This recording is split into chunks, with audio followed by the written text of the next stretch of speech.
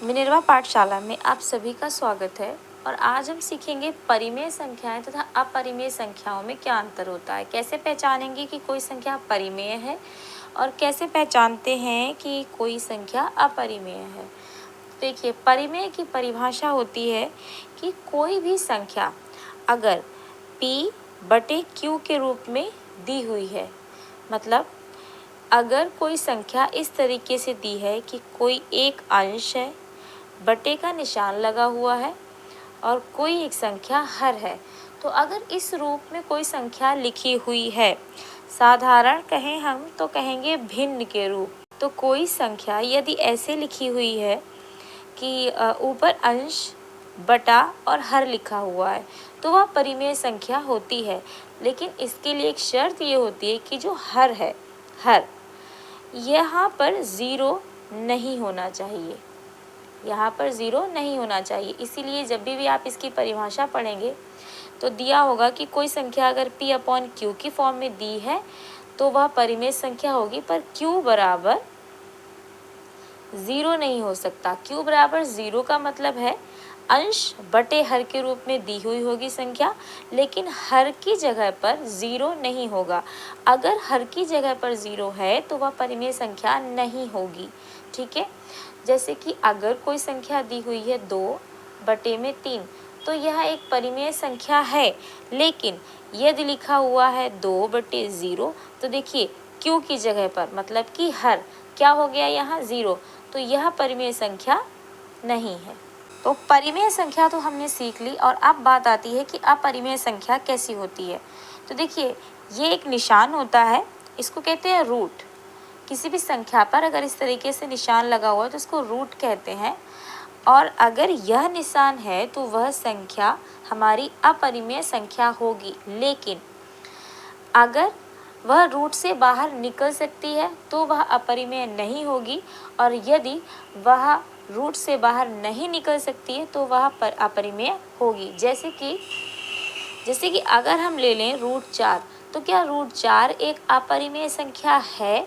नहीं, √4 एक अपरिमेय संख्या नहीं है, क्योंकि √4 को हम लिख सकते हैं 2 की घात 2, और ये रूट इस 2 से हो जाएगा कैंसिल, तो आंसर आपका आ जाएगा 2। अब क्योंकि ये रूट से बाहर आ गया है 2, तो यह एक अपरिमेय संख्या नहीं है। लेकिन अगर हम कहें कि क्या √3 एक अपरिमेय संख्या है, तो हाँ, √3 एक अपरिमेय संख्या है, क्योंकि इसको हम रूट से बाहर नहीं निकाल सकते, तो इसलिए यह एक अपरिमेय संख्या है। ऐसे ही अगर हम बात कहें कि √5, तो ये भी एक अपरिमेय संख्या है।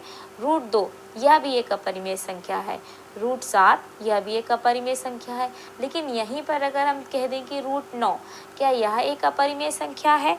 तो देखिए, √9 ये 3 का वर्ग होता है, क्योंकि ये 3 का वर्ग है, 3 तिया 9, मतलब कि 3 की घात 2।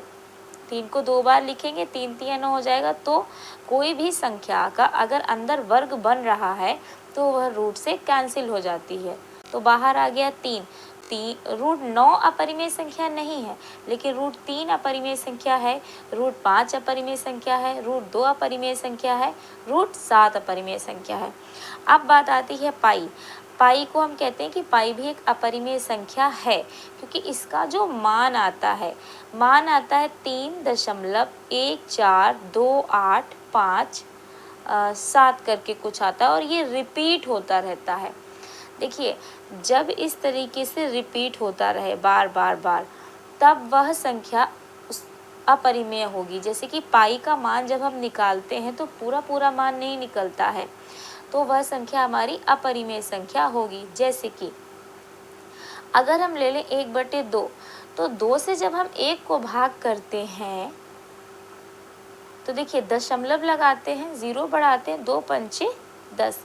यहाँ पर अगर हम 1/2 की बात कहें तो यह एक परिमेय संख्या है, क्योंकि ये पूरा यहाँ पर कट गया।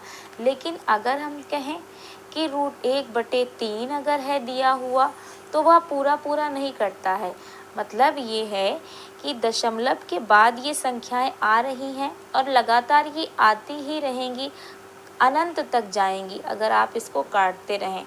तो तो यहाँ पर यह एक अपरिमेय संख्या होगी, क्योंकि अगर आप यहाँ से दशमलव ही हटा देते हैं तो बटे में कोई भी संख्या का जैसे 3.14 डॉट डॉट डॉट डॉट संख्या आती रहेगी। तो जब आप यहाँ से दशमलव हटाएंगे तो नीचे आप 1 लिखेंगे। अब बताइए, जब यह खुद ही अनंत तक जा रहा है तो आप कितने ज़ीरो बढ़ाएंगे यहाँ पर। तो इसलिए पाई की अगर बात की जाती है तो यह एक अपरिमेय संख्या होती है। और जो 22/7 हम इसका मान लेते हैं वो इसके लमसम में लेते हैं, ताकि हमारे सवाल लगाने में हमें थोड़ी सी आसानी हो जाए। अदरवाइज ये जो आपका पाई है ये एक अपरिमेय संख्या है।